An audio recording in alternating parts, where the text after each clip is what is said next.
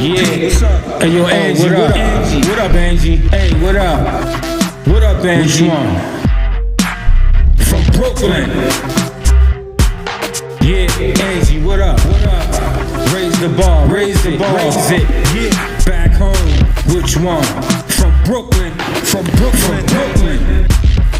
You're welcome to another episode of Angie from Brooklyn. I am honored to have a very special guest today, Sola. I don't want to butcher your last name. Introduce yourself to the people. Hi, my name is Sola Olosunde. I'm from Brooklyn as well. And I guess you can call me a historian if you want. I do a lot of research in Black history, New York history, and I just share it with the world. And I guess people gravitate towards it, so. I'm very glad that you called yourself a historian because that is what I consider you.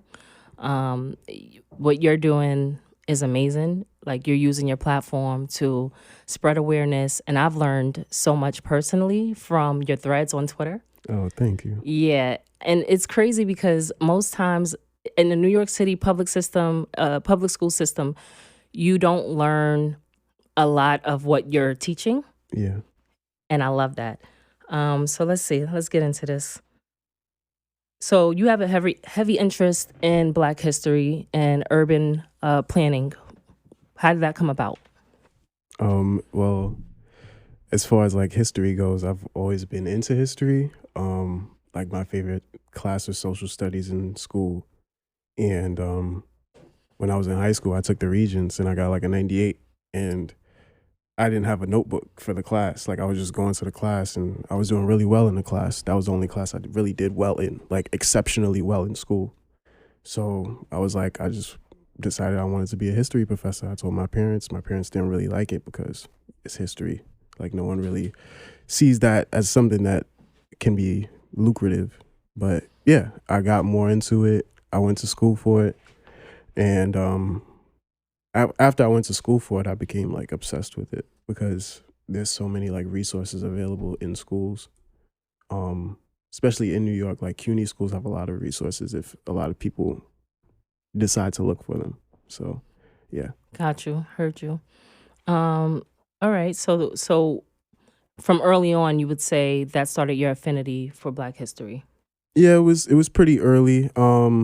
But as far as Black history, I'd say more so around the end of school, like end of high school. I went to Baltimore around the end of high school, and I never really left New York, so I didn't really know how Black people lived outside of New York. And when I went to Baltimore, I was like, wow, people are like, it was really run down. I went to this museum, the Blacks and Wax Museum. It's like a museum about Black American history from when Black people came here till now, and everything's in wax. It's like wax figurines and wax scenes, and it was the only building on the block that was not abandoned.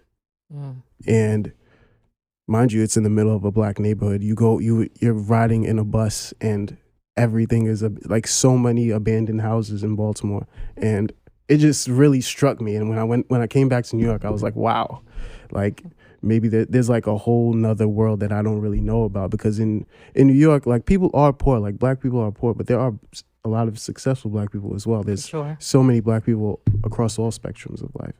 And yeah, it was just really crazy to see. So I guess that kind of made me a little bit more interested in how, because in schools, you learn a lot about like stuff that happened before like 1968, before King died. And then King died and it was like, oh, everything was okay. And you don't really know like what happened after that, like what was going on that was still, people were still struggling even though we were integrated. So yeah, that made me want to learn more and more about just that era, like post 1968. For sure. I was going to say, I'm happy you touched on that, because I was going to say, growing up and learning in school, history was always one-sided, especially when it came to Black history. You know, you learn about slavery, you learn about Rosa Parks, Yeah. Harriet Tubman, Malcolm X, and Martin Luther King, and literally that's it. Yeah. So yeah, I learned a lot of the history that and threads that really stood out to me that you had posted. The 91 riots in Crown Heights. Yeah. Never knew about that. Oh, wow. The use of Hawkins' story in 89. Dumbo in 1936 with Black people moving in. Oh, yeah. The Michael Griffith story. What are your takeaways from those stories? There's a lot to like. There's so many like subjects when you talk about like all those things. There's so many different things to touch. Like even Michael Griffith, and Yusuf Hawkins. That was like, I guess like white people in New York trying to they were having a sense of paranoia. Like there was white flight. You know, Brooklyn. A lot of Brooklyn became Black within the matter of like 5 years, from like 1960 to like maybe 65, 66. By that time, half of from East New York all the way to downtown Brooklyn was Black. You know, so a lot of white people left. They ended up going to like Bensonhurst, Bay Ridge. They ended up going to Staten Island, but a lot of them left the city, and those who couldn't be able to leave the city, they just ended up going to those parts of Brooklyn, and those were the last parts of Brooklyn that they had. So they saw it. They used that excuse of protecting what they had as like, oh, like Black people are going to come into our neighborhood and mess it up. For sure. So when you see those, like, you know, Howard Beach, Michael Griffith, Howard Beach is still very white. Bensonhurst, still very white. So, yeah, that was just the product of that paranoia. Like Black people are going to come into our neighborhood and mess it up. Because you're right. Like the story for like 1936 and maybe almost 20 years later in Dumbo, you know, white people moved out. And I know in the thread in the history, it said that basically the neighborhoods became slum-like. Yeah, well, for Dumbo was like an industrial neighborhood, and you can say it was like a working class poor neighborhood. It was deemed a slum, and the way the governments deemed slums was by pretty much how diverse they were. If there was a lot of integration, it would be deemed a slum. What part of Brooklyn are you from? I'm from Red Hook. Red Hook. Okay. Red Hook. There's a lot of like, okay, Dumbo was like torn down to build the BQE. For sure. And what's that? Yeah, the BQE. That's the BQE. And what's the highway by Red Hook? Oh, they changed the name. Carrie L. Hugh, it's called now. Yeah, you know, and there's that big that big highway that's right over there. And they tore down tore down a lot of Red Hook to do that. And it's because there was still like, it wasn't that many Black people in Red Hook, but there was still some sort of diversity. It was a lot of Italians as well in Red Hook. For sure. Yeah, for sure. And yeah, they just ended up tearing it down and ended up building. Yeah, the projects in Red Hook are pretty big. Oh, yeah. They're huge. I believe they're the biggest, if not New York City, definitely in Brooklyn. Yeah, probably. Definitely. And there's a lot of urban renewal happening right now with Red Hook. I don't know if you've seen, like, there's like these plans, and they're elaborate and they're great, and I'm just concerned because I'm like, who is it for? Yeah. You know? And like, even growing up in Red Hook for so many years, they tried to change the name to Liberty Heights. Really? I didn't even know that. A lot of people don't know. Unless you're from Red Hook, you wouldn't know that. Wow. And I'm like, so, you know, whenever they put heights on the end of a neighborhood, it changes. Yeah. Yeah. And you know, all change isn't bad. It's just messed up when, you know, Black people or people who are poor are displaced. Yeah. That's my main concern. Yeah, that's the thing. Yeah. That's really what, you know, is the problem with gentrification, because it displaces people. For sure. But yeah, Red Hook is interesting. I like Red Hook. It's different. There's no train really. There's only one train stop. There's a train. You know, it's a far walk. Yeah, exactly. It's a far walk. So a lot of hike. people from Red Hook stay in Red Hook. It's like its own little thing. It's an island. Yeah, and if you live in Red Hook, that means you want to live in Red Hook. Yeah. So you have no choice. Yeah, you have no choice but to live in Red Hook. So that's why it's like interesting, because it's not completely gentrified, even though it's pretty close to downtown. Well, now if you go over there, it's pretty gentrified. If you walk through like even Red Hook projects, there's white people, there's Asian people. It's its own little melting pot now. Yeah. The thing with Red Hook is all that waterfront. Yeah. You have all that property. You also have, a lot of people don't know this, the water taxi, the New York water taxi. Yeah. You can literally take that and you'll be in Manhattan in less than 10 minutes. Oh, okay. So that's a quicker commute for people. So if you get a loft over there, yeah, you're good. You're set. Mm-hmm. You're set. You don't have to worry about that long hike to the train. They have Fairway. There is his own little island. Yeah. For sure. Mm-hmm. Are you still in Brooklyn? No, I live in Far Rockaway. Far Rockaway? Yeah. How's that experience? It's cool. I really like it because it's a very huge contrast to the city. But I can hop on the train. Like, I just came from there. I feel like it's far though. It is far. It's not like I got used to it, but it's still like different. I like just how different it is. Like, you can get off the train and you smell like the water. Salt water. Yeah. So I like that. Okay, so in ways, because I have family that's in Far Rockaway, it reminds me of Red Hook, like the Queens version of Red Hook, where no one wants to come visit you. Yeah. Because it's far. Determine like where you're gonna go meet somebody to hang out. You might not go because you're like the trains. And like Hurricane Sandy, were you there for that? Oh yeah. What was that experience like for you? Like, was there evacuation? Yeah, there was evacuation. I evacuated. I left with my family. I went up to Yonkers. And I mean, my area of Far Rockaway was completely underwater. Like, from the beach to the bay, it was like, because Far Rockaway is like, a peninsula, so it kind of shoots out. It's like a pencil almost. So the whole thing was underwater. And my house, just the first floor and the basement got destroyed. Okay. So it wasn't that bad. I know people that, experienced a lot worse. Plus, I was up in Yonkers with my cousin for like a month until they put the heat and the water back on and stuff. Yeah. But yeah, it was bad.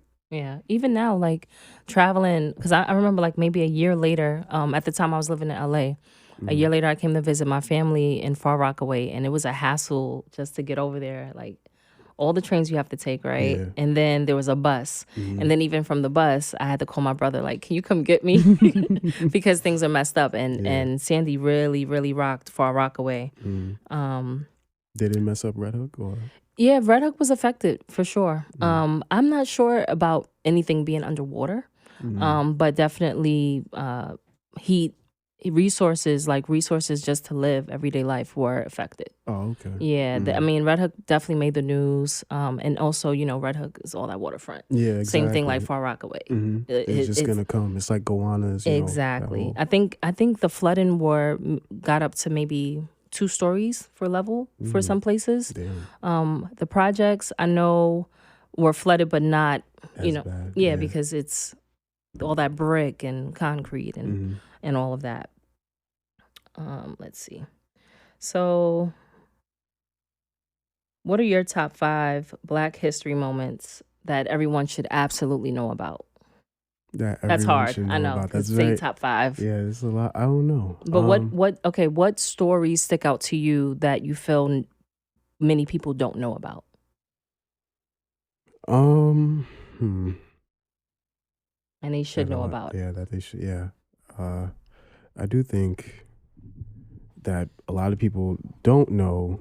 One thing that people don't know is how, I guess you can say how like enterprising Black people were back in the days. During the Great Migration, I think a lot of Black people did want to make a place for themselves in the North. There was like people who were into real estate. Harlem became black because of a guy who was black. He was a real estate guy. His name is Philip A. Payton. There was another guy. His name was John Nail. From like maybe the 1890s and the early 1900s, they would buy up apartment buildings and rent them to black tenants. Sometimes he would displace the white tenants that were living in the building, because before Harlem was very like, it was pretty Italian. So they ended up, there was like a huge thing about it. There was I read this New York Times article about it, and I do think that a lot of people don't really understand how certain neighborhoods came about. I think people think that we were just subject to substandard housing in all of our cases, but that wasn't necessarily the case in a lot of places. Because there was a lot of places, even in Brooklyn, there was places that we ended up that were actually really nice places. Like Harlem was designed to be a really nice place. Like places like Flatbush was actually considered to be a really nice place. Like the apartments were big. If you see the standalone houses, they're very spacious. So like, yeah, it's I do think that's one thing. That's a very, I know. Yeah, I had to hit you with that question. I know it's hard. Give us one more that people don't know, because I didn't realize that. I mean, I know that Black people have definitely had places to live that were well built and well maintained, and of a different class level. But now the way things are in New York City, you don't really see that. There's a mix, but there's more people on the poverty side. Oh yeah, especially now. I think that was even the case back in the day, but I was just saying that to say like we have found ways to like move as a unit. Like if we really wanted to, we can find ways to basically create our own communities if we want to. If we want to look at a place, and if people who have money and people who don't have money can team up and say, hey, let's do something. For sure. I always found it weird that in different cities, like even living in Los Angeles, right? They have a Koreatown. There's a Chinatown. There's even a Japantown, right? And I always said, why isn't there like a little Africa in like these different cities? You don't see that. You'll see like an area like in Harlem, like 125th Street is known to have the African merchants selling their things. But you don't have like a little area or a little neighborhood named after Africa. Yeah, that is true. I don't know. Isn't that interesting? That's interesting. I do think that's, I don't know. Do you think we can make that happen? In this lifetime? I think so, but I don't know if we would call it that. Like, what would we call our neighborhood? I don't know. You don't know? It's just, I do think that because Little Africa. That's just the name I came up with. No, I know, but I'm just like, I don't know. What else would we call it?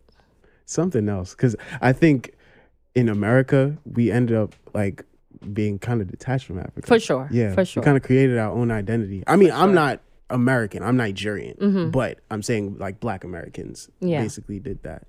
So yeah. Okay. So let's see. What are your thoughts on housing projects?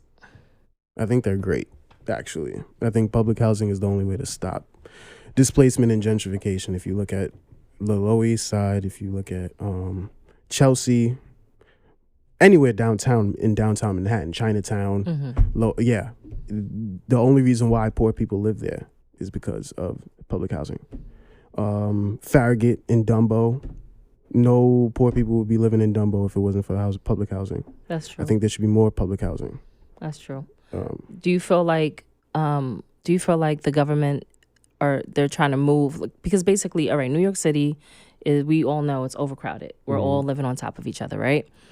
Do you feel that eventually they're going to try and take the housing and make it maybe condominiums or something different and displace people who do live in the projects? I think NYCHA is doing a lot to try not to do that. I You think believe so? they're trying to figure out ways to Not do that. not do that. Like they're trying to sell the green space in the projects, where the green space is to have, people build housing there. They have programs for like private developers. If they want to, they can rehab the buildings. If you go to Far Rockaway, there's Edgemere Projects in Far Rockaway. They renovated them. It looks very new. They did the windows, they did the grass and everything, but that was because a private developer came in and basically rehabbed the whole thing, and they take a percentage of the rent. So it's like they're kind of trying to figure out ways to make money because they have no money. Like they're in a huge deficit, and basically, like I said, they're trying to give people air rights, like developers. They I don't know if you're familiar with air rights. If a building is very short compared to the buildings around the that building, basically that smaller building has air rights, so they have the right to build on top of their existing building to the buildings that are at the higher level. Yeah, at the higher level. But they don't have to do that. They can give the developer the air rights. They can sell their air rights. Like, hey, if you want to build even higher than those people, you can do that, and you can just buy the air rights from me. So they do that. Yeah, there's many different things, but I'm really sure that they're trying their best not to take people out. Okay, so NYCHA might be the good guys. I mean, or you believe they are? They're trying. Okay. They're trying. Okay. They're trying. No, that's good to know. Because just when I seen like the development plans for Red Hook, I was just like, solar panels and like the layout and the blueprint is just so beautiful, and I was just like, who is it for? I want it to be for everyone who lives in the community, whether they have a loft or a home or they live in the projects. But it's just like when I grew up in Red Hook projects, it was a different story. It is like some winters you didn't have heat. Some winters the hot water's turned off.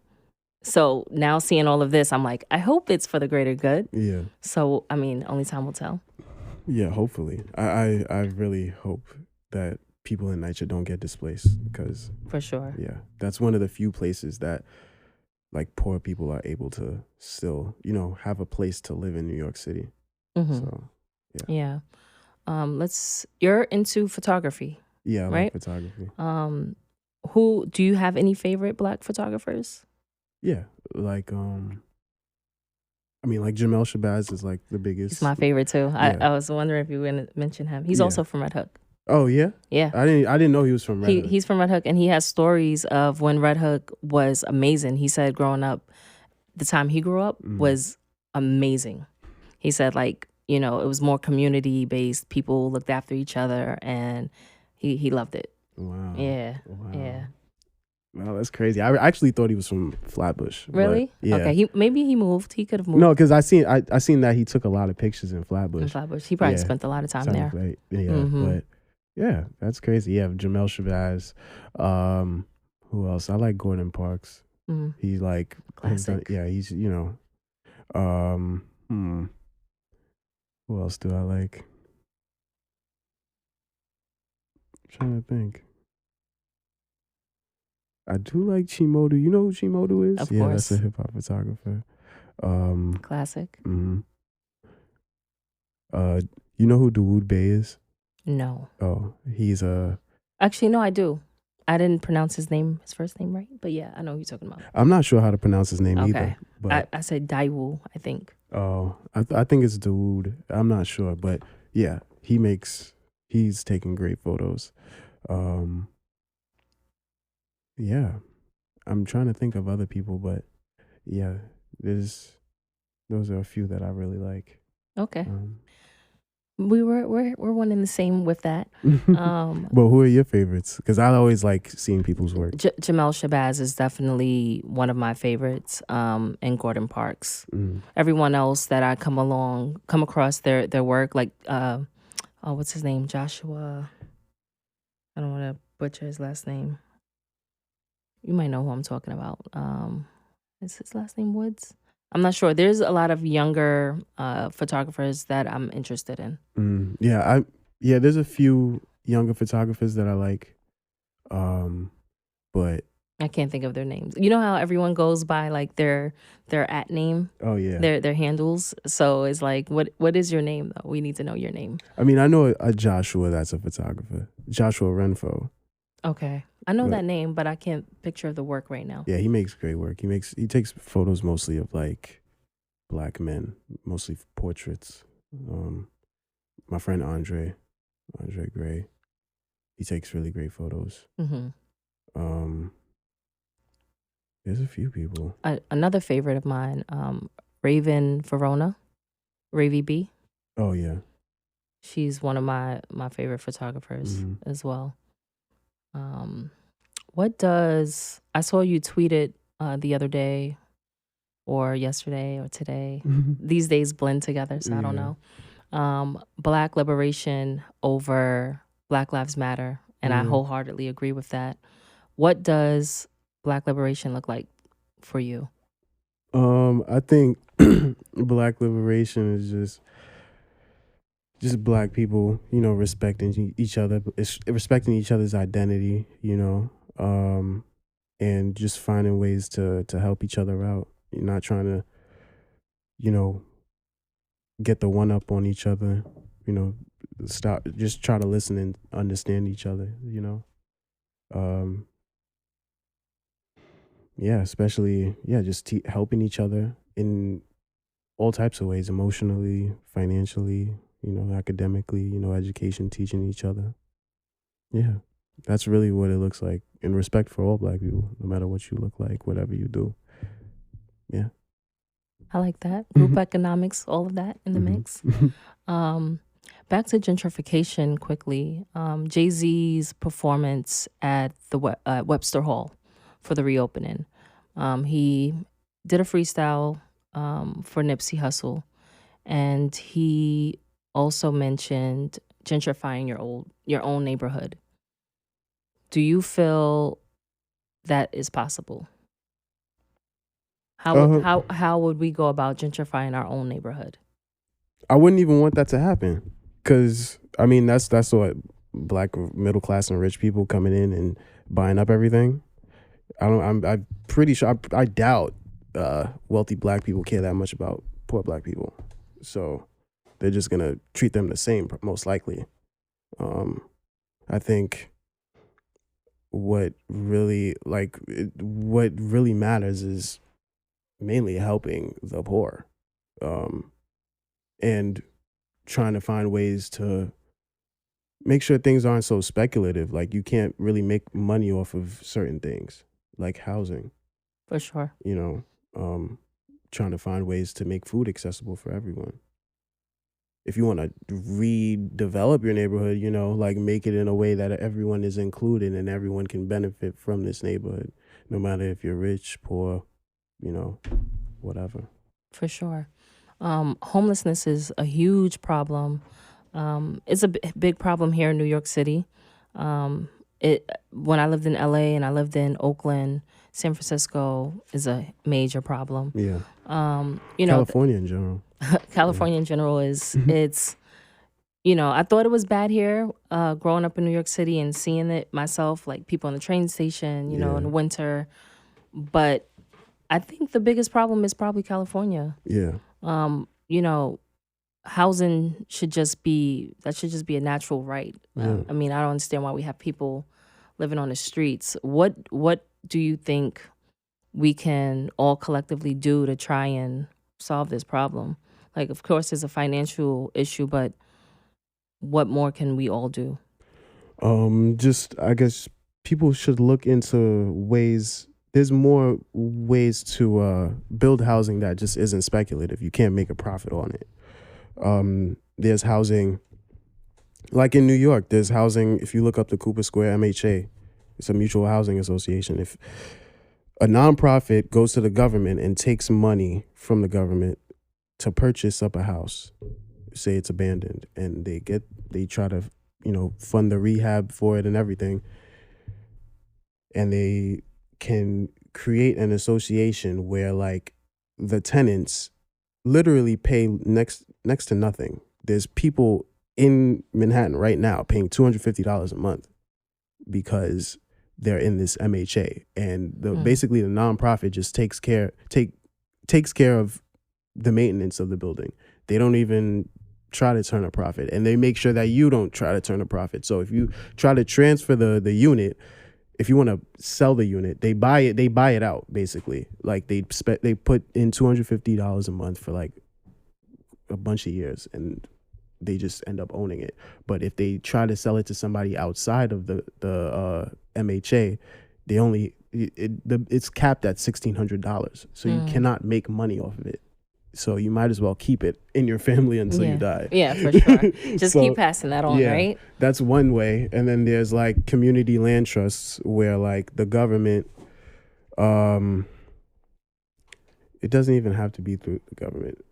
Also like a nonprofit can decide, like can tell the government to give them land. If it's city owned land, they can give them land and say like whatever is on this land, like we have the right to decide what is going to be on this land. So if a developer wants to come and build on this land, they have to go to the community land trust, whoever owns, like the nonprofit that owns this piece of land, and say like we want to do this, but it's going to be on the community land trust's terms.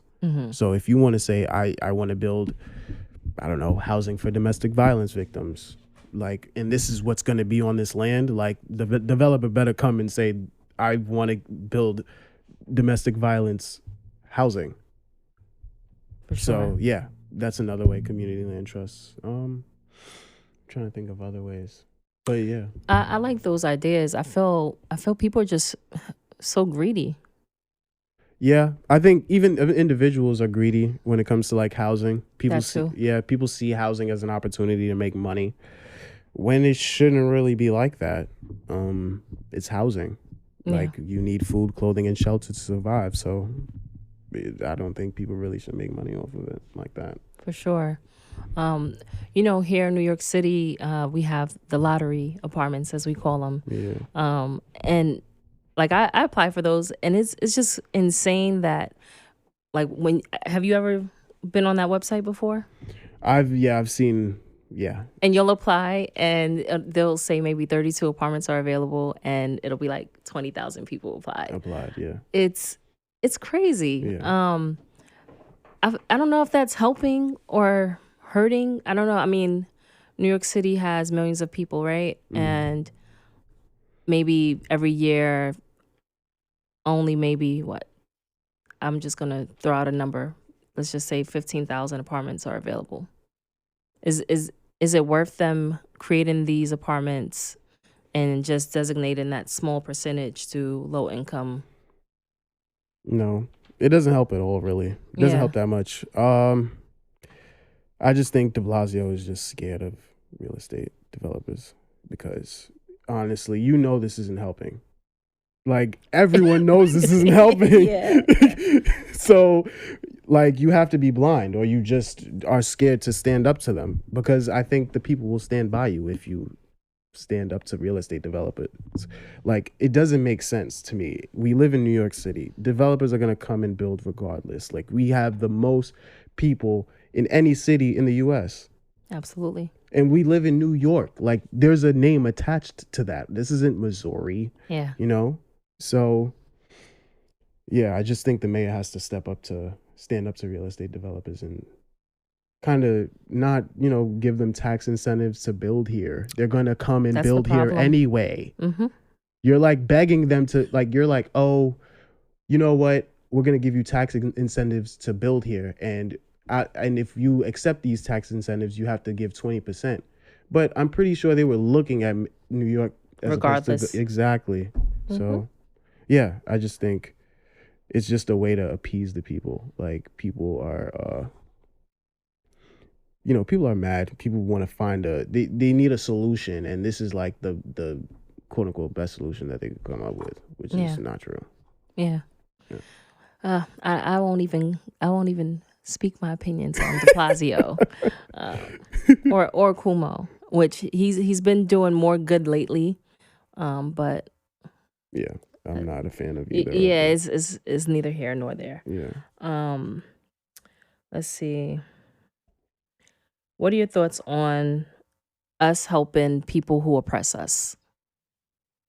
So I've seen a lot on social media where, of course we definitely want to change the narrative, and because the media has their narrative, right? How they portray us. And so I've seen a lot of people posting, the good that we do for those even after being quote unquote smacked in the face, right? Does that help us or does that hurt us? Should we be helping those who oppress us, or should we be helping ourselves? Define help. Okay, so I've seen there's the protester going on. There was someone who's a Trump supporter who came in, and I believe he smacked someone who was protesting, and then they beat him up. They picked him up and carried him to safety.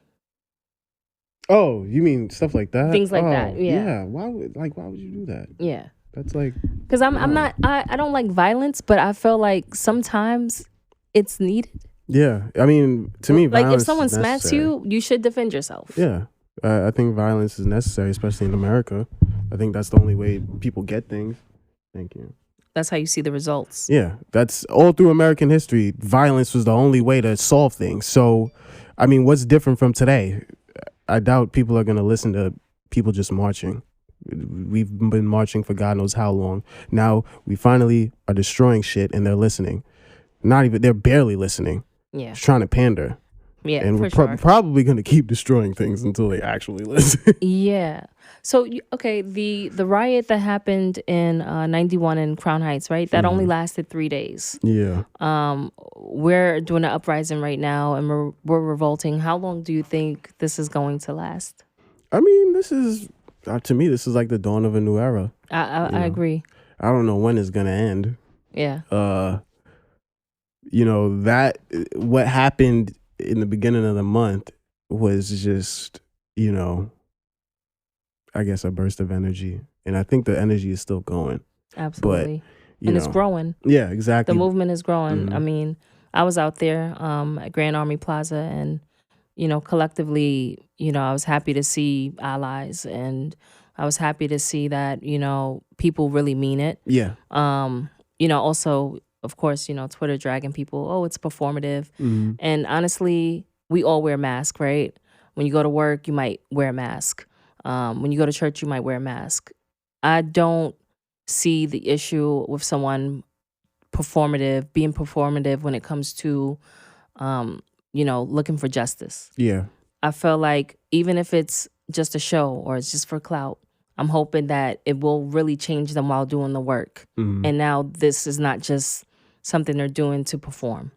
Yeah, I feel what you mean. Like, I was thinking about that the other day too. Like, if it's performative, it's for a good cause. But at the same time, like, sometimes it's like people just pay lip service to the problem.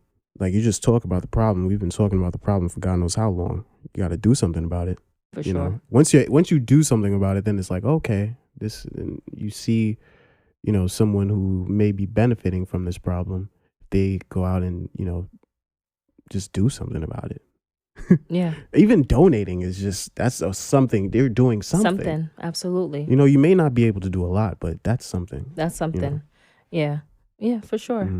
I also seen you tweeted about celebrity culture and the death of the celebrity. And I love that because a few episodes ago on my show, me and my family were having a discussion, and we were just talking about, I was telling them, because people were like, oh, we're gonna protest. I forgot what the date was, sometime in July, where, because Black people have spending power, not to spend your money, right? And it was something that Diddy had came up with. And I'm like, why are we worrying about what the celebrities are doing and the things they do once in a blue? Like, be your own celebrity, celebrate yourself, uplift yourself, come up with solutions. We all complain about things. Come up with your own solution and collectively get it going. So yeah, so much has been going on with the Twitter drags and all that. What do you think with the death of the celebrity? You feel like with everything going on in this climate, 5 years from now, people will still be looking at celebrities and holding them to this high standard on a pedestal. I see. I'm not. I wouldn't say like, this is gonna change forever, because 5 years from now, who knows? We might end up going. But I doubt we're gonna go back to normal, though. I hope we don't. Yeah, I really hope we don't. But I do think a lot of people are starting to see, like, a lot of people are becoming more politically conscious. And when you start seeing that, you start seeing the class differences in celebrities. At the end of the day, they're rich people. They don't give a fuck about you. For sure. Like, even if they're the same color as you. Yeah, for sure. Like when T.I. got on the news and this is Wakanda and all this crap, but it's like, put your money where your mouth is, or just shut up and get in them streets and protest. So yeah, you're right. What's the saying? All skin folk are not kinfolk. Yeah. And I'm gonna keep it, I'm gonna keep it 2 Virgils. See? Yeah. What do you think? What are your thoughts on Virgil? I mean, like, I'm not surprised. Like, people are kind of he's just showing his hand. All these people are showing their hands. Like, I really don't follow, like, celebrities like that. I know you don't. That's why I was just asking anyway, just to see, because I know, of course, we're all on Twitter. We see the tweets. Yeah. We laugh and we might just scroll by, whatever. But so that's why I was just asking you. Yeah, that's like, that was horrible. Yeah. I mean, I just hope people stop buying this stuff. Yeah, because it's overpriced. Yeah, it's overpriced. I mean, it's overpriced, and I mean, I could see if you're paying for quality, or you're paying for, someone who's also like giving back and doing things. That makes a difference, because then you feel better supporting that person. Yeah. We build so many people up, and behind closed doors they're tearing us down, or they're not for you. Yeah. And I'm happy to see that people are starting to wake up. Yeah. That's how I feel about, like, just black businesses. Like, people be like, support black businesses, and I don't know, because, like, some people just aren't for us. And also, like, supporting black businesses, it will help, but, like, at the end of the day, there's, like, so many other problems like that. If you just only patronize black businesses, it won't solve. Like, people are going to still be rich, and there's still going to be poor people. Like, if you get someone rich enough, they're going to have to exploit other people. For sure. Like, regardless. What do you think about billionaires?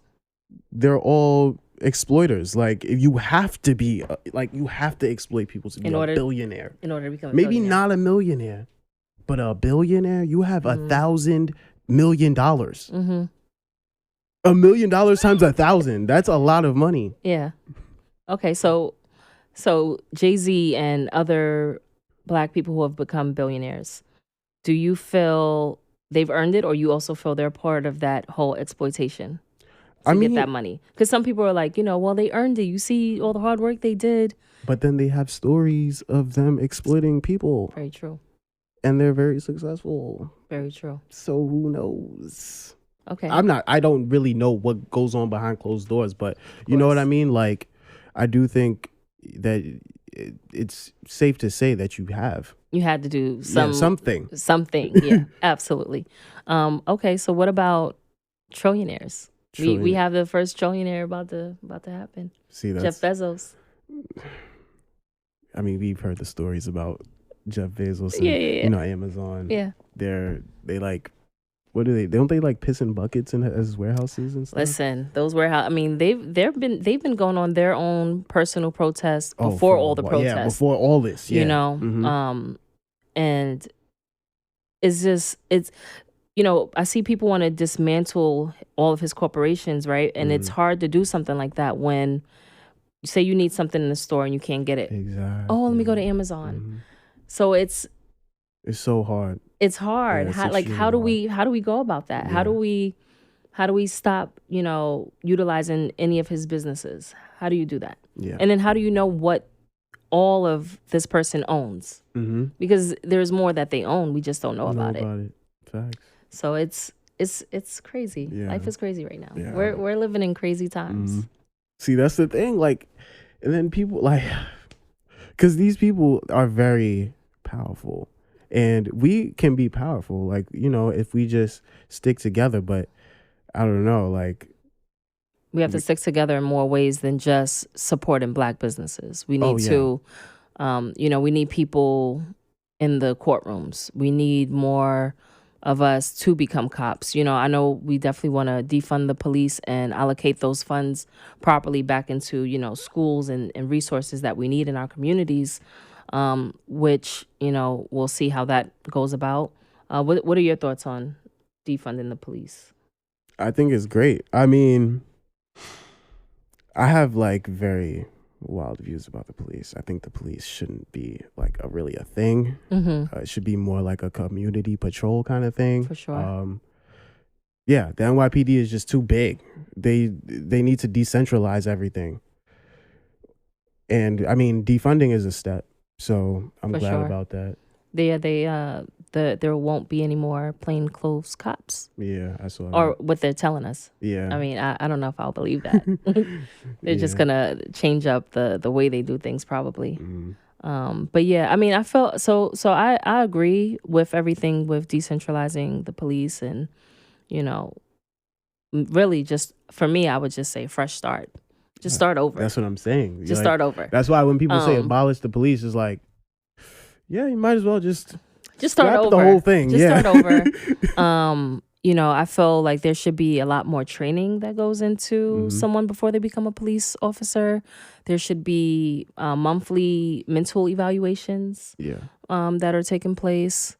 Any time that there's a case or a complaint, it should be taken serious and investigated, not swept under the rug. There's so much that goes into what should be happening that's not happening. Yeah. I mean, it's just not happening because the people weren't mad enough.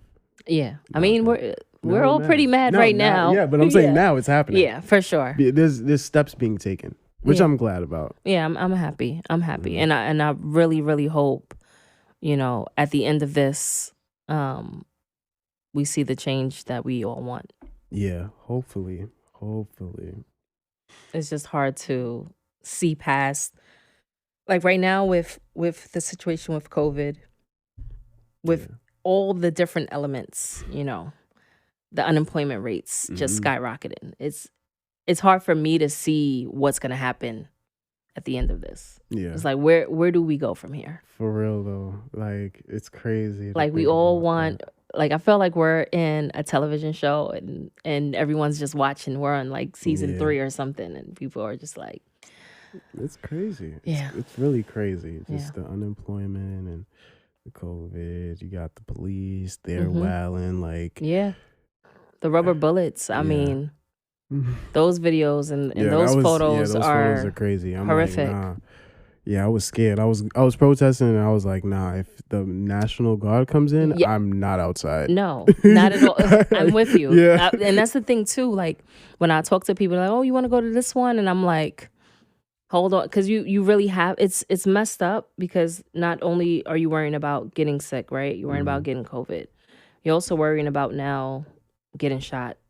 You're worrying about being shot with rubber bullets. There's so many elements that come into play, but you're mad enough that you still want to go out there. You still want to do something. You still want to use your voice and, help just dismantle and reboot. So I don't know.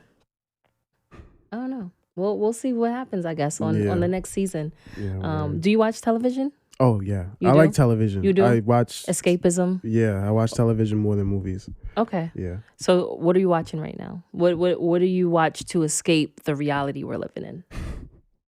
It's so funny because right now I'm finishing up. I'm watching Desperate Housewives right now. I love that show. Yeah, it's a very good show. And I was watching it, and it was interesting just to see all those people just together talking without a mask on. But Yeah. anyway, like I love that show. Yeah. It's a very good show. I like how the characters kind of develop. Mm-hmm. I like the colors in the show. Like it's really like everything pops at you. I just like the storyline. I love. That was one of my that's favorite what I like. shows. What season are you on? I'm on season 8. I'm at the Okay. last season. Oh, how many seasons? Oh, it's final season. Okay. Yeah. I forgot because I watched it when it was actually on TV. Oh really? Yeah. What other shows are you watching? Shows that I've watched. I could tell you shows that I really like because I usually like take my time with shows. For sure. So I like The Sopranos. I like Curb Your Enthusiasm. Okay, I gotta watch those too. I was telling my girlfriend we have to watch Curb Your Enthusiasm, and then I don't know if I'm gonna watch The Sopranos. How many seasons was that? It was a lot of Maybe seasons, like right? 6, 7. Oh, that's not bad. Yeah, it's not Right bad. now we're on a binge. We love to watch shows we never seen, so we watched Money Heist. Oh yeah, Money Heist was good. So yeah. good. Really good. So good. I liked Money Heist. Handmaid's Tale. I never watched that. Oh my! Please watch it. I really want to see your thoughts on it. It's what is it on Netflix? Hulu. Oh, Hulu. Okay. Bet. What else? Billions. Billions. I never watched Billions. What? Okay, Yeah. you have to watch Billions. That's about like a football player, right? I No, think. no. Billions is about let's see, like the main character is he's a part of he's attorney general, or something of the sort, and basically he's going after someone his wife works with. I'm trying not to spill the beans. Who basically in the financial world, I can't explain it without giving it away. Yeah. Just watch it. It's I good. bet. It's good. And that's on what? HBO? That's on Showtime. Showtime? There's Okay. too many. Okay, there's too There's many. there's a lot of streaming services. Too many streaming services. Can we decentralize that? I mean, it's ridiculous. You pay more than cable with all the different streaming apps. Services, right. Let's see. What other shows? Of course, The Wire was a classic. Yeah. Do you watch The Chi? The Shy now. Really? Yeah. Why not? I don't Just know. haven't, I or just you haven't. heard about it and you're like, no.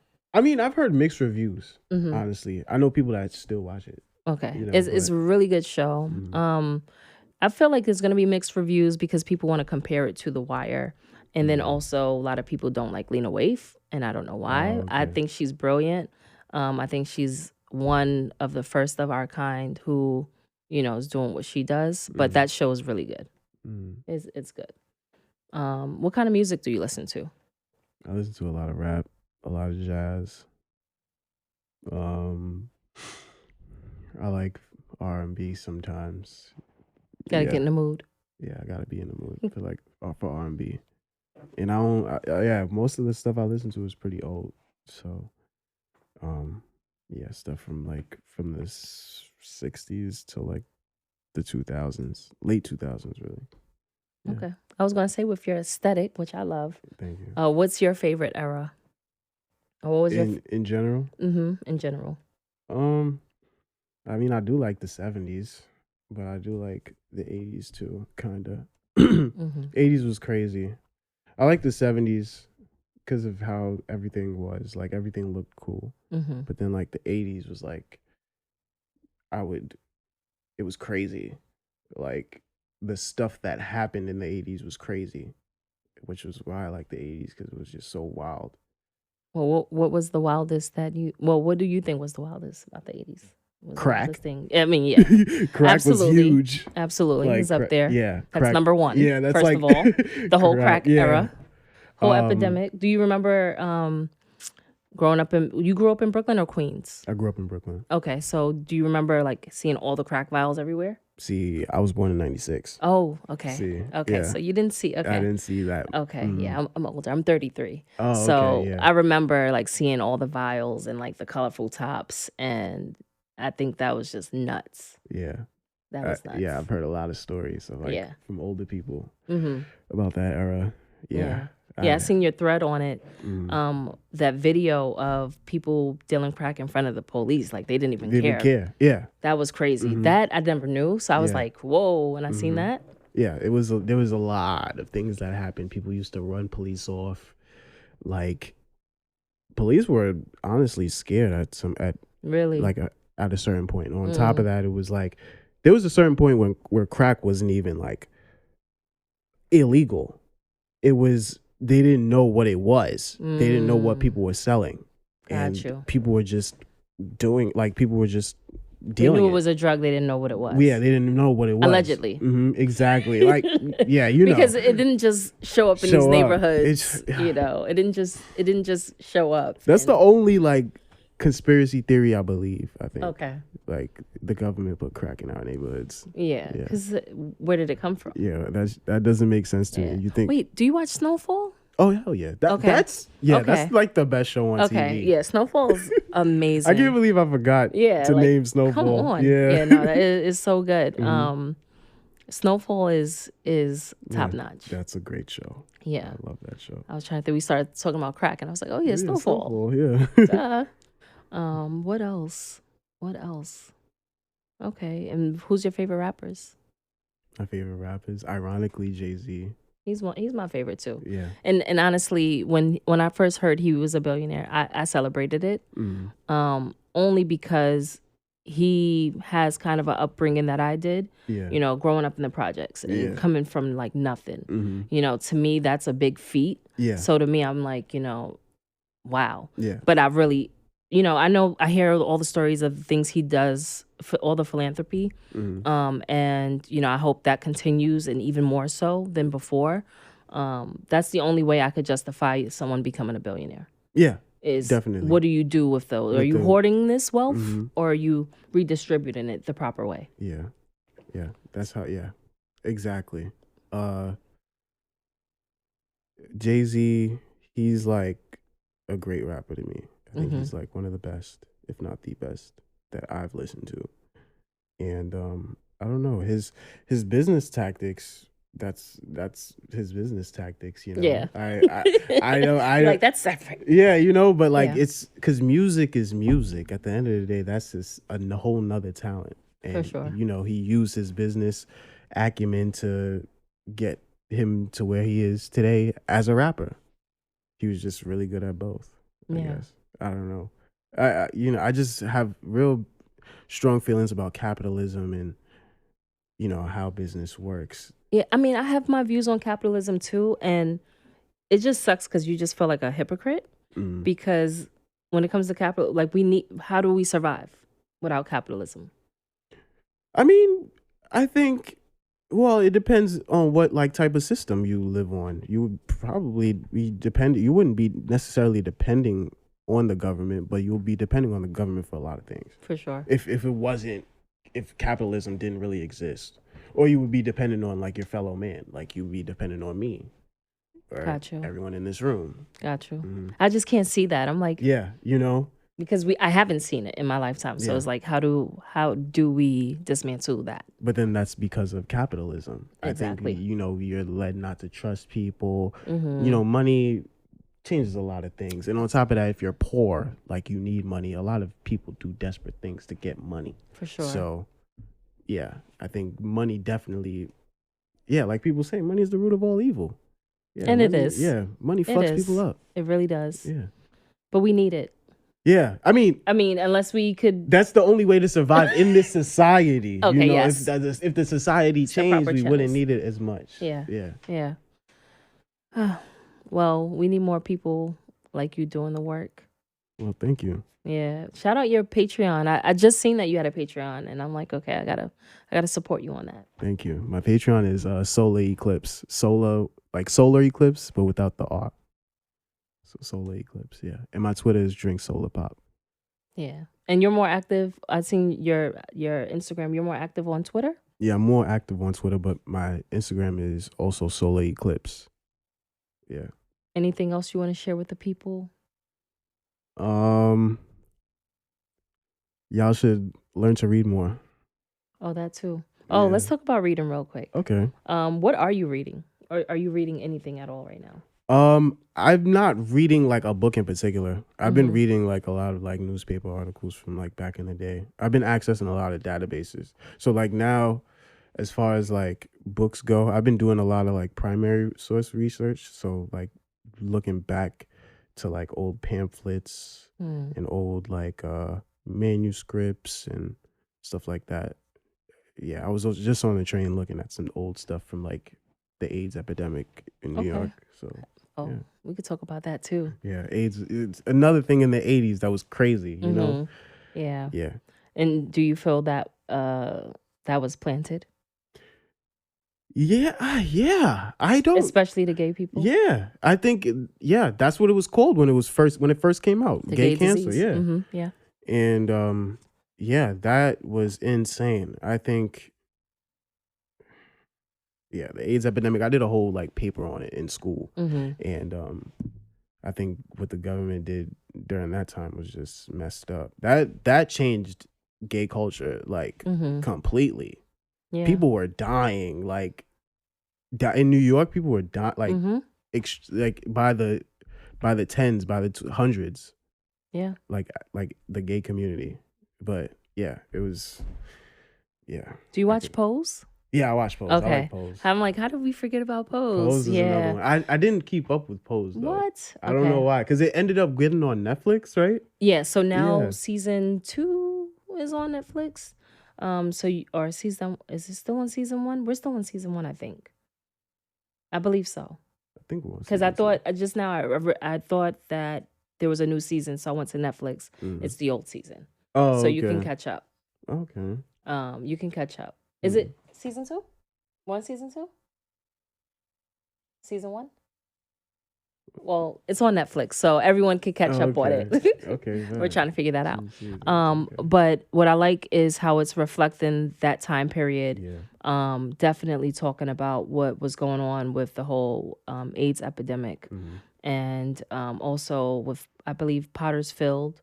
Oh yeah, where when people were dying so dramatically, they would just dump them there anonymously. Yeah, I think they did a number system.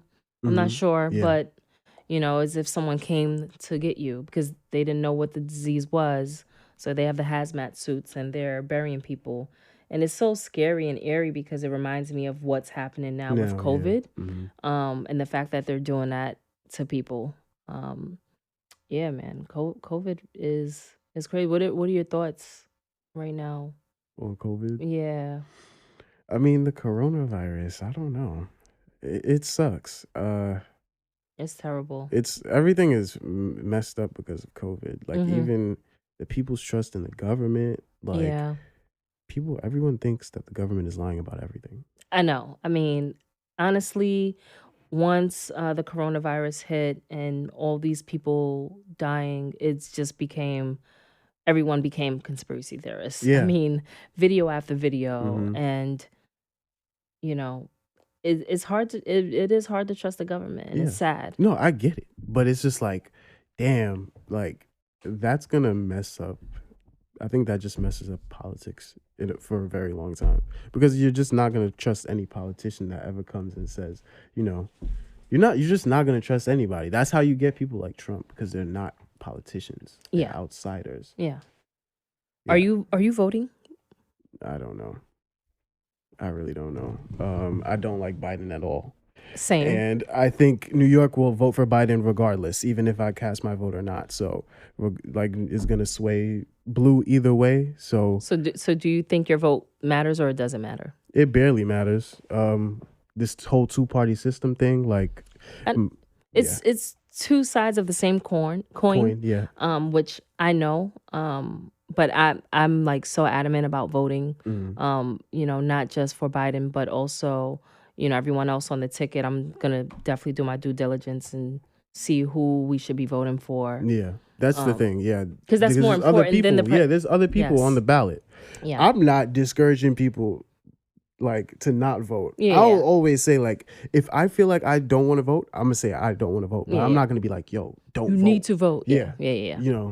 It's everyone's decision, but it's just sometimes I just don't feel right casting my vote like for somebody that I really just don't believe in. Yeah, that 94 crime bill really messed me up, and I can't get past that when it comes to Biden. But then also when you look at this tyrant and narcissist we have, it's like, okay, Yeah. it's Like, yeah, it's this like, is okay, better. Anything is better. Yeah, and it's sad. Yeah. It's sad that we don't have more options. I really, really wanted to see Andrew Yang go further because I love his ideas and his views on a lot of things. And he's more futuristic when it comes to his concepts and honestly where America's going. Yeah. Because a lot of the things he talked about with automations and tech are now happening. Like, did you hear about Walmart? They're getting rid of all their cashiers. I see. I didn't hear about that. Yeah, that was reported, I think, yesterday. So this is the thing. He said a lot of people are going to lose their jobs, right?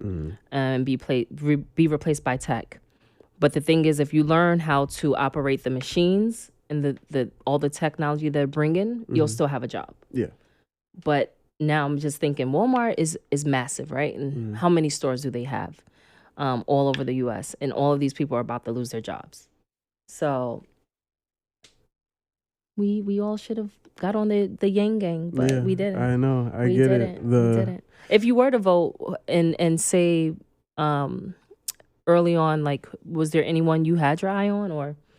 I mean, Not I was really. like big on Bernie for a very long time. That was me. I was 4 years ago. Yeah, I was Yeah. huge on Bernie. Yeah. I thought he was I still think he's the only person who could have took on Trump because he was so like left field. But he gave And- up. I mean, I'm talking about like 2016. Oh, yeah, Yeah, for like sure. they dropped the ball. Well, the Democratic Party really dropped the ball. Absolutely. Because they tried the Hillary thing. You know, the Democratic Party, I hate them. Like, they're horrible people. I think they just don't care about anybody except themselves. And upholding this system, you know, I just don't like them. Yeah. Yeah, we failed Bernie. Yeah. I went to a rally he did in Santa Monica, California, and I never forget how diverse the crowd was, how, you know, we all were just so happy to see him, hear him speak. And like literally when he spoke, like I had chills because I believe every word. And I'm like, you know, this guy might really be Do something. He someone might try to do who's something. not bullshitting us because everyone bullshits us, right? Yeah. They promise all this stuff and nothing, everything else happens but the things they promised. And with him, I'm like, no, he's going to make it happen. And so after that, and then now I just feel like certain issues Bernie backslides a little bit on. And so that's why this time I was just like, all right, I'm off the Bernie wheel and I love Andrew Yang. But I still love Bernie and you know, he's still a great guy. Yeah. With everything that he's doing. Yeah. I think even Andrew Yang, like I wasn't too particular on Bernie, but if you're like just left enough, like if you're just a little leftist enough, I'll support you. I'll at least like you. You know, like if you end up on the ticket, I'll vote for you. Yeah. Like if Andrew Yang ended up on the ticket, he wasn't like my first choice. But if he did, I'll definitely vote for Andrew Yang. Yeah. You know? Who do you think Biden's gonna name as VP? VP? I don't know. Probably like Warren or something. I like her. Warren is cool. I like Elizabeth Warren. I feel she has ideas. They're not super radical, but I like her. Yeah. I don't know. Sometimes I think she's a bit not wishy-washy, but she'll like Neutral. yeah, in situations. a little more neutral. Yeah. But she's all right. If she ended up on the ticket, I probably will vote for her. Yeah, some people were saying Stacey Abrams, and I'm like, I would love that, but I don't see that happening. I don't think that's gonna happen. And then other people were saying Kamala, so we'll see. Maybe that could happen. That could happen actually, and that would be like one of those things. You know how politicians be doing things to make it look good. For sure. Yeah. So do you think he has a chance? Or are we gonna have 4 more years of this monster?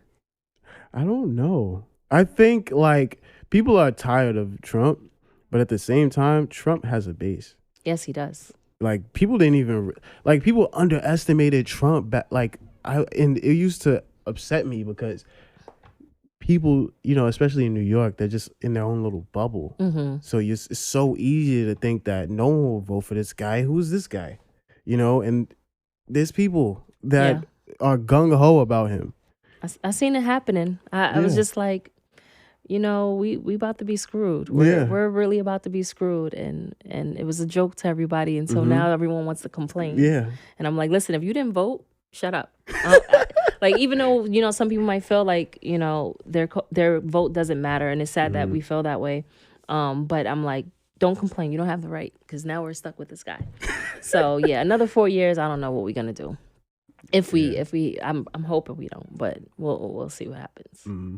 Yeah, because even me, I didn't vote. Yeah. See, no complaints. No, but it was like I wanted Bernie to win so bad. No. I voted for Bernie. Yeah. But then he didn't win, and I'm like, Hillary, really? That's what happened to a lot of people. But I was just like, all right, I gotta vote for Hillary. Yeah. Even though there's a lot of scandal happening with her right now. Yeah, see, and you're gonna appoint her as our president. I know. That's sad. That's sad. I don't know how true it is.